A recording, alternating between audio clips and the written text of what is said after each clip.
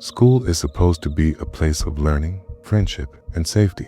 But what happens when the walls that once protected you turn against you? When the halls echo with whispers of those who were never seen again? And when a simple lockdown drill becomes something far, far worse? Tonight, I bring you 3 terrifying true school lockdown stories from China. These stories, so chilling that they'll make you question reality itself. These are not just tales of fear, they are warnings. Because when the doors lock and the announcements begin, one question remains: will you make it out? This is Mr. Whisper, and these are 3 creepy true school lockdown stories from China.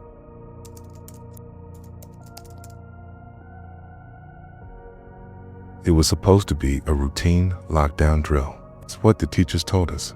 Anyway, the principal's voice crackled over the intercom, his tone steady but strangely urgent. All students and staff, please proceed with the lockdown procedures. This is not a drill. I repeat, this is not a drill. A cold shiver ran down my spine. A school, a historic institution in Beijing, had always taken safety protocols seriously. But the way he said it, something wasn't right. The entire classroom went still for a second before Mrs. Lin, our homeroom teacher, sprang into action. Everyone, get under the desks. No talking. We scrambled, okay? Desks scraped against the tile floor as we dove underneath them, were switched off, and Mrs. Lin locked the door before pulling down the blinds. The classroom was now shrouded in eerie darkness, with only the faint glow of emergency exit signs visible. I held my breath, straining my ears to hear something, anything. For the first few minutes, there was only silence. Then came the sound of distant footsteps, slow, deliberate. Someone or something was in the hallway. It wasn't the heavy, purposeful stride of a security officer. It was different, almost as if whoever was out there was barefoot. The soft pad, pad, pad of their movements sent ice through my veins. Then a knock, not at our door, but at the one down the hall. A quiet, rhythmic tapping, as though someone was politely asking to be let in. Knock, knock, knock. Nobody answered. Nobody dared to. And then a voice. It was weak, barely above a whisper, but somehow I heard it clear as day. Let me in, please. They're coming. I felt my heart slam against my ribs. It was a child's voice. The girl next to me, Wei, started trembling. I reached for her hand, squeezing it tightly. The voice came again, more urgent this time. Please, before they find me. Mrs. Lin didn't move. None of us did. We were drilled to never open the door for anyone during a lockdown. Suddenly, the knocking stopped. The silence stretched on for what felt like an eternity. Then, scratching, slow, agonizing, scraping along the bottom of the door, as if someone was dragging their nails across it. That's when I smelled it. Something rotten, something dead. The scraping stopped abruptly, and a moment later, we heard a sound that turned my blood to ice. A single, drawn-out breath, right at the door.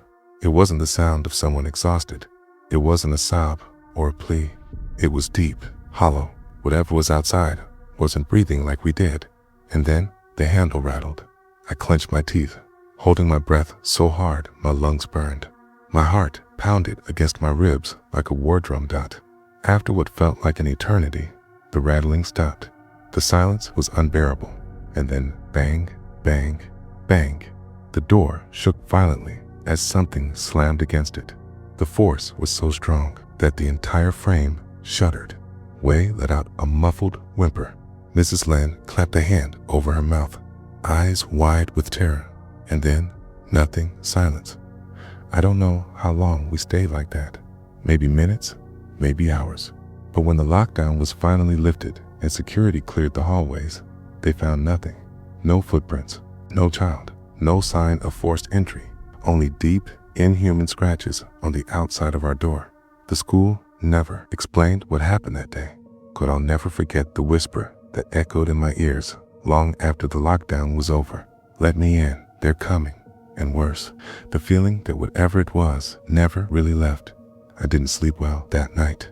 Every time I closed my eyes, I heard the knocking, saw the faint, shadowy outline of a child standing just beyond the door. Convinced myself it was just my mind playing tricks on me, a lingering trauma from the scare. But then the dream started. I dreamt of the school, but but it was different. The hall stretched endlessly. The windows were bricked up, and the fluorescent lights flickered like dying fireflies. I walked, my footsteps echoing unnaturally, and then at the end of the hall, I saw her, a girl. She was small, maybe 9 or 10 years old, wearing a faded school uniform covered in dust. Her long black hair obscured her face. She stood in front of a classroom door. It's the same rhythmic knocking echoing through the silence. "Knock, knock, let me in," she whispered. I tried to run, but my feet wouldn't move. My breath came out in short, ragged gasps as she turned, her head slightly, revealing a glimpse of her face.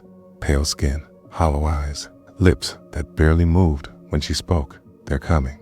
I woke up screaming, drenched in sweat. I told myself it was just a nightmare, just stress. Then I saw my phone, a notification, a voice memo. The timestamp read 3:14 a.m. I hesitated before pressing play. Static filled the speaker at first, a faint humming noise beneath it. Then a whisper, "Let me in." Tight. My phone. My entire body went numb. The next day, I stayed home from school, unable to shake the overwhelming sense of dread. But that night, curiosity got the better of me. I started researching, and that's when I found it. Years ago, before our school was renovated, there had been a terrible accident. A young girl had gone missing during an unscheduled lockdown. They never found her. Some say she was hiding in the walls. Others say she was locked in a supply closet that had been sealed off during renovations. They say she starved to death, scratching at the door, begging to be let out, begging for someone to save her before they came. I don't know if it's just an urban legend. I don't know if I imagined that night. That hallway, I swear, I hear it. A soft, rhythmic tapping. Knock, knock, knock, and a voice whispering just beneath my ear. "They're coming."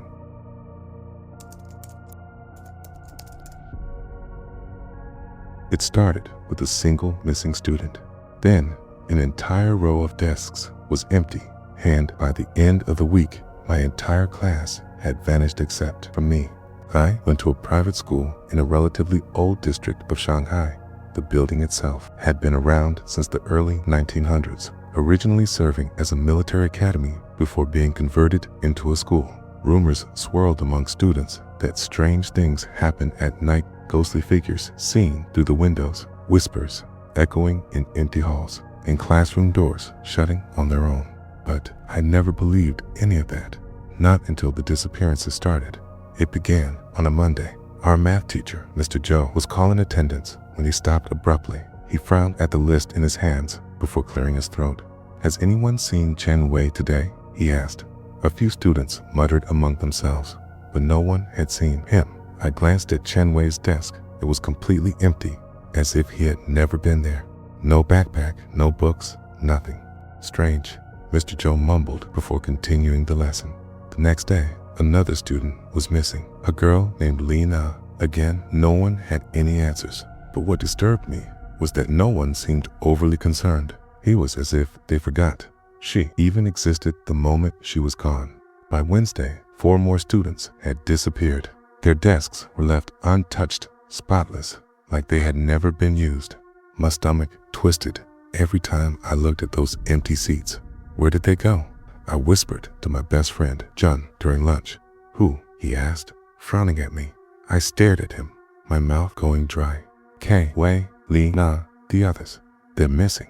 John, he blinked at me, his expression blank. "I don't know who you're talking about."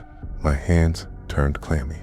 I looked around the cafeteria, searching for any sign of them, but their faces, their names, it was as if they had been erased from existence. That night, I barely slept. I stayed up, scrolling through my phone, searching for any mention of my missing classmates, but my class's group chat was silent.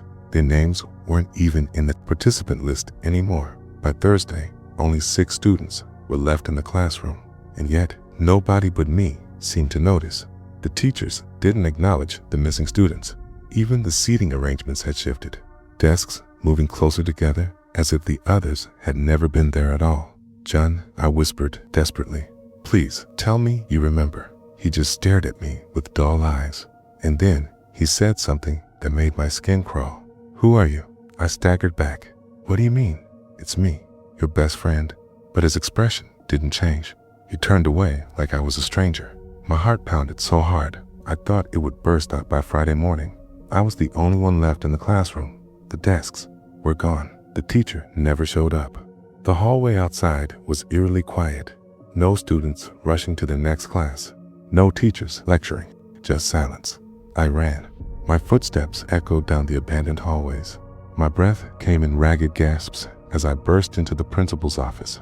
Something is wrong. Everyone is gone. Please, you have to help me. The principal looked up from his desk, his face void of emotion. Slowly, he pulled out a file, flipping it open. My student records. No, he said flatly. You are mistaken. You were always the only student in that class. I felt my stomach drop. No, that's not true. I remember them. I remember them all. He simply closed the file and smiled. Then tell me, young man, he said, his voice cold. Who will remember you? The lights flickered. The room twisted around me, stretching into darkness. The last thing I heard was my own scream before everything faded into oblivion. I woke up in an unfamiliar classroom. The desks were arranged neatly, the chalkboard clean, the walls bare. A new teacher stood at the front, smiling warmly at a group of students I didn't recognize. I tried to speak, but my voice was gone. I looked down at my desk and realized something horrifying. There was nothing on it.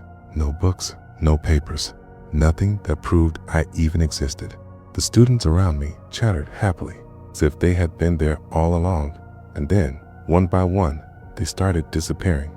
Only this time, couldn't even remember their names, and that was when I finally understood. I wasn't the last one left.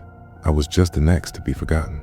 I tried to fight it. I clawed at the edges of my mind, desperate to hold onto my own memories. I ran through the halls, searching for anything familiar. My old classroom, my locker, the teachers I once knew. But the further I ran, the more the walls seemed to shift, warping into something unfamiliar. I stumbled upon a stairwell that I had never seen before.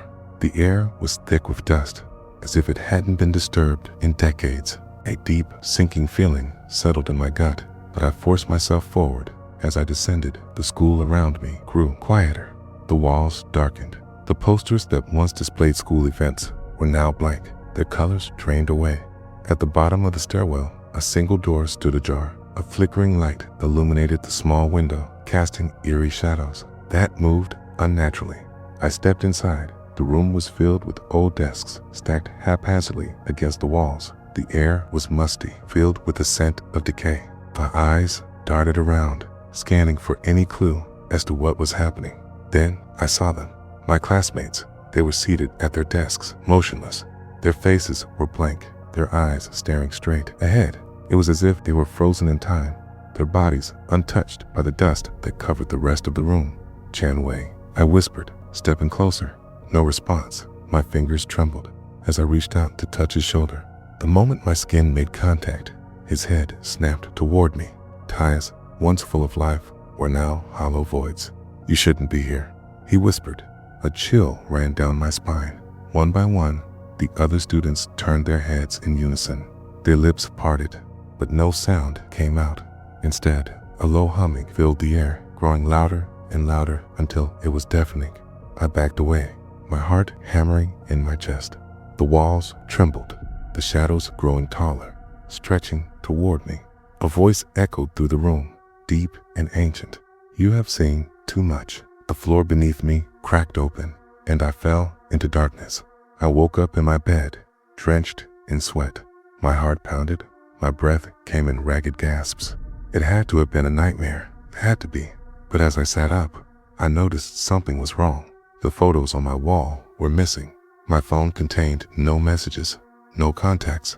My school uniform was gone. I ran outside, desperate to see my school, my friends. But when I arrived, the building was different. The name had changed. The gates were rusted shut, and no one remembered it had ever existed. I was never a student there. I had been erased.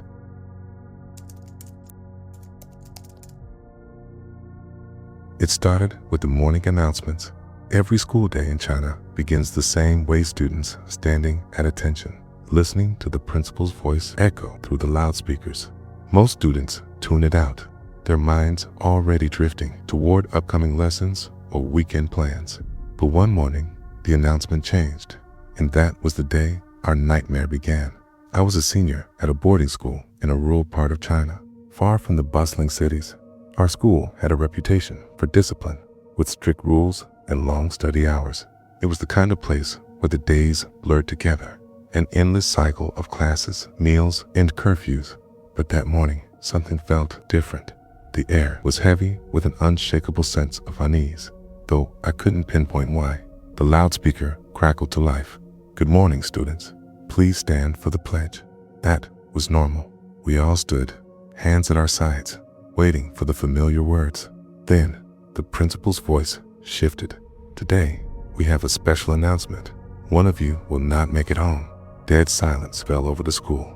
I exchanged nervous glances with my best friend, Li Meng. He frowned, his posture stiffening. Did he just say? Before he could finish, the loudspeaker continued. "The lockdown begins now. Do not attempt to leave your classrooms. Anyone found in the hallways will be subject to immediate discipline." A sharp click ended the broadcast. The eerie silence lingered for several heartbeats before a wave of murmurs filled the room. Our teacher, Mr. Wang, furrowed his brows, then moved to the door, testing the handle. It wouldn't budge. "Stay calm, students," he said, but his voice was tight. Sure, this is some kind of drill, but it wasn't. Hours passed. The sun shifted in the sky, casting long shadows across the room. No one came, no teachers checked on us, no announcements followed by lunchtime. Our stomachs grumbled and unease settled into full-blown fear. Then, a scream shattered the silence. It came from the hallway, raw, strangled, and abruptly cut off. Few students jumped up, their eyes wide with terror. Mr. Wang tried to calm us, but his face was pale. "Don't open the door," he ordered, "no matter what." We sat in tense silence, straining our ears. Then footsteps, slow, dragging footsteps, echoed down the hall. Someone, or something, was out there. I clenched my fists, my heartbeat hammering in my ears. My instincts screamed at me to run, to escape, but there was nowhere to go. Then, the loudspeaker crackled. Again, "Student number 23, report to the hallway." A girl in the back gasped. That's me." She was trembling, her hands clutching the edge of her desk. Her name was Zhang Rui, a quiet girl who barely spoke in class. Mr. Wang shook his head, stepping between her and the door. "No one is leaving," he said firmly. The loudspeaker clicked off. Then, a knock on the door. Knock, knock, knock. The entire class froze. Knock, knock, knock. Slow, rhythmic, insistent.